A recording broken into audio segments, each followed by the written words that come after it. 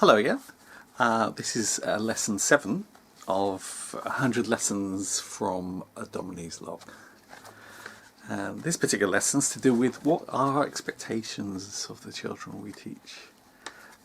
What can they become and why? Again, he always starts off with something that doesn't seem to be that relevant and then moves on. But let's have a look at what he says. Here we have Neill, and he's thinking about the work he's given to the children, and he gives them work so that they can express their creativity and also, he hopes, a sense of humour. And here we have: I've discovered a girl with a sense of humour. I asked my qualifying class to draw a graph of the attendance at a village kirk. A kirk is Scottish for a church. And I said, you must explain any rise or fall within your graph. You must explain away any rise or fall, I said. Margaret Steele had a huge drop in her graph one Sunday, and her explanation was a special collection for missions. So they passed the plate around the church for a special collection of money, so no one went to church knowing that this was going to happen. Next Sunday, the congregation was abnormally large. Margaret wrote, "Change of minister." Few bands have a sense of humour. Theirs is a sense of fun. Make a noise like a duck and they will scream with laughter. But tell them your best joke and they will be bored to tears. I try hard to cultivate their sense of humour and their imagination. In their composition, that's writing exercises. In their composition, I give them many autobiographies. The autobiography, the life of a tile hat, the life of a penny, an old boot, a nose, a tooth. Today, I asked them to describe in the first person a snail's journey to the end of the road.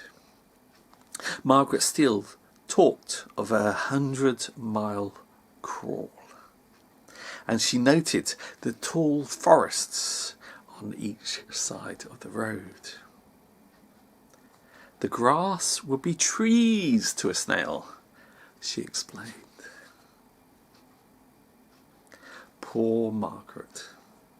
When she's 14, she'll go out to the fields, and in 3 years she will be an ignorant country bumpkin. Our education system is futile because it does not go far enough.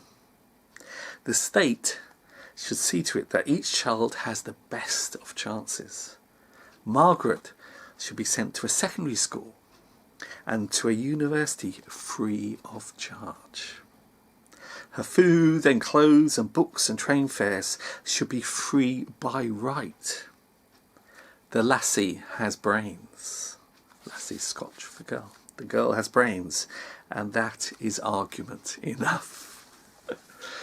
So here he's saying that because of her wonderful sense of humour and her ability to use language and imagination, that she is so much worthy of learning more and doing more. Our rulers do realise to a slight extent the responsibility of the community to the child. It sends a doctor round to look at Margaret's teeth. It may feed her at school if she is starving. It compels her to go to school till she is 14. The age of 14, she is free to go to the devil, the factory, or the herding of sheep and cows. But suppose she did go to a secondary school. What then? Possibly she would become a junior student or a university student. She would learn much, but would she think?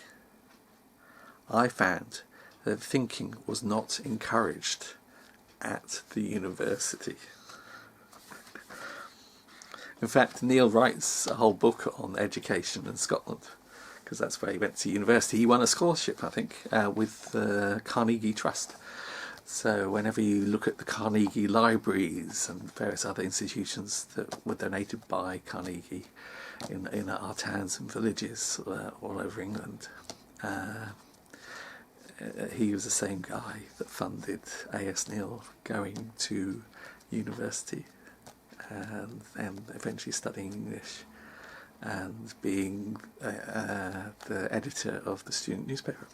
And in the student newspaper he did heavily criticise the way they were taught, because he thought they were bad teachers and it was all spoon feeding. It was all spoon feeding and cramming is what he found, rather than discussion. And you had to agree with the professors about their interpretation and opinion of the books you were studying.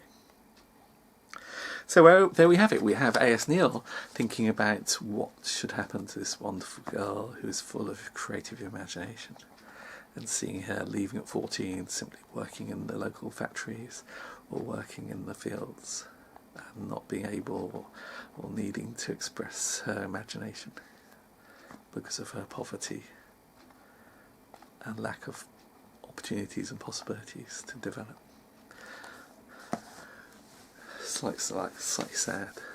And he does reflect on this again and again. In fact, the children, a lot of the children he's teaching are from the labourers, the farm labourers, who don't own the houses they live in. They're owned by the landowner, and the children are exploited as child labourers during the harvesting and planting and digging up potatoes and things. And they work really hard from noon to night for the farmers and miss school, which is a big issue for him. Anyway, that's the end of lesson 7. Thank you.